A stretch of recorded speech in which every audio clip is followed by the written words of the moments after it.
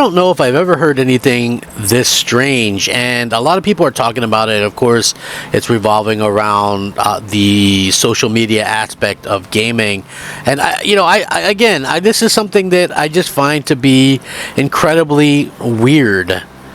You know what I mean? So again, when you kind of look at this and you kind of go, "Oh well, is this guy right? Is he wrong? Like, does it matter?" Listen, I don't really know, but I can tell you this right now: that the fact that you have a developer or a former developer talking about this stuff is blowing my mind. So you guys might not know about it. Maybe you've heard it, but a former developer who was a World of Warcraft designer, mind you, says Xbox fans are paid. And this was after he also gave previous days of just trashing Game Pass, saying it was full of predatory microtransactions and things like that. And the odd thing about Game Pass is the majority of the games in there are single player, and they don't have any kind of microtransactions.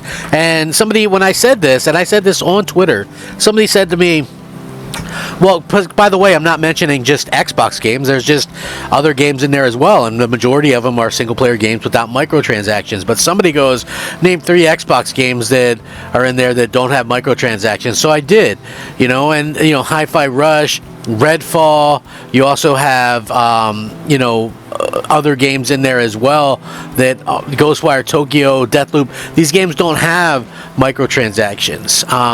Some of the games do, like Halo Infinite has microtransactions. That's a free-to-play game, though, and it has like the battle passes.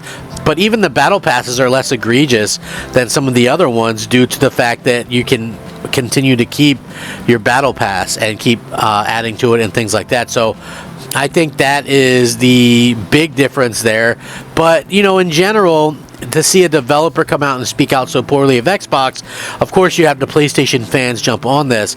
The aftermath of the FTC versus Microsoft case has been interesting because the situation is still far from being settled, as everyone is waiting for the results. Hopefully we get some this week. While it's still a little bit away, there's always a piece of news spreading across social media that the Xbox community has kind of taken some umbrage with. It seems like someone just got really affected by the recently concluded case from Microsoft and the FTC. Probably that's why they ended up sharing a tweet. They could be considered controversial, especially among Xbox fans. What's even more interesting to note is the tweet made by someone who was previously associated with World of Warcraft, which is owned by Activision, the same publisher that Microsoft is trying to get. Mark Kern, a Taiwanese American video game designer best known for being a team leader of World of Warcraft, recently took to Twitter to share his opinions on Xbox while dropping this tweet. He says, hardcore fans praising Microsoft are not real. He said, and I quote, "A lot of these Xbox fans are paid firms or bots, rabid fan run or Microsoft run. This is standard practice now in corpo welfare," according to his tweets. Additionally, he also wrote that the ongoing situation will become far worse with AI. And the funny part is, this isn't even the only instance of him saying stuff like this. Again, it's crazy that he's really kind of going all in on this, and that he's going all in on this as well. I find it to be a little bit kind of egregious and funny, to say the least, that people would try to use this, and then somebody basically wearing a tinfoil hat claiming that Game Pass is terrible or whatever. So it's kind of funny what's going on, that this is kind of happening. And in fact, actually, Microsoft responded to this with the head of Xbox marketing assured him they do not pay firms to act as fans or run fake fan accounts.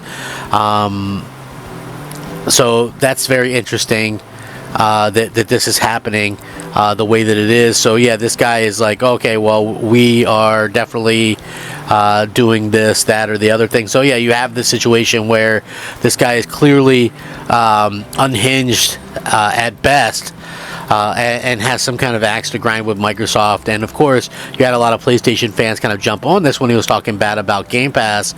And this is one of those things that I thought was very interesting, because at the end of the day, Microsoft realistically, they have influencers like anybody else, but to say that they're bots or whatever, or that there'll be AI, or that's just untrue. I mean, I've gamed with a lot of these people, and the funny part is, you have some of the ignorant PlayStation fans, not all of them, because some of them realize that this guy is unhinged, but you have some of the more ignorant ones like, oh, well, you're paid for blah blah blah, you're probably a fan run, like, get out of here.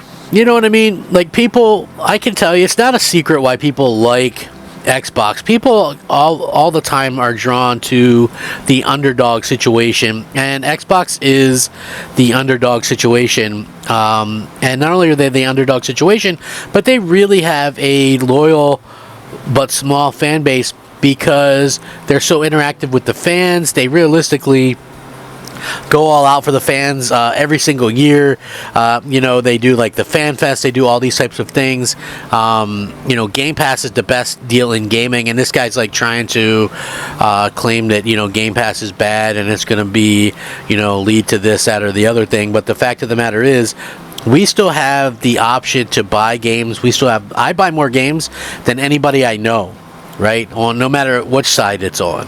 I still buy CDs. I still buy, a lot of different things. So I still buy Blu-rays, the 4K Blu-rays, and I buy games. But I also, guess what? I have a subscription to Spotify, and I have a subscription to, HBO, and I have a subscription to, Game Pass. But I also buy games. So, again, I think that it's odd that he's kind of trying to do this weird flex. That something is going on here in terms of fans maybe don't like this, or fans don't like that. I just honestly, to me, it doesn't make sense, and I'm not sure what kind of level of unhinged this person is, but realistically, I find it to be just like this asinine sort of attack on fans, and especially given the fact that Microsoft has come out and said, hey, we aren't doing this anyway. So yeah, I do find it to be incredibly interesting, and also kind of annoying that this is happening, and it seems like it's like a legit former developer, maybe not Xbox per se, but clearly has a favorite horse in the race. And this has happened before. People pretend like it would be impossible for there to be, a biased developer or whatever, right?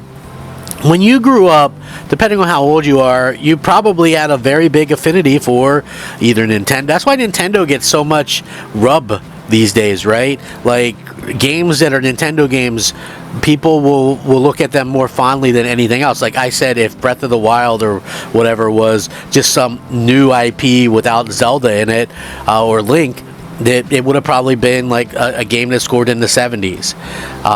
Same thing with the new Kingdom one or whatever. Like, the name Zelda carries weight, and it's the same thing with a lot of the things that Nintendo does. The same thing happens to Sony. A lot of people were maybe born in the late 80s, really got into PlayStation and have an affinity for PlayStation. I used to say the same things about like referees and stuff. It always seemed like Pittsburgh Steelers would get like these calls that were so egregious. They would get positive calls when there was no call there to be called, and then it started to make sense. A lot of these refs grew up probably Steelers fans in the 70s when they were winning championships, and were Steelers fans, and even maybe subconsciously some of this stuff happened. So yeah, it kind of is what it is. But to really attack fans and like to say that Game Pass is garbage and Xbox is garbage, I don't agree with that at all. I think it's wrong. So let me know what you guys think, though. Rack 'em up. Crap Gamer out.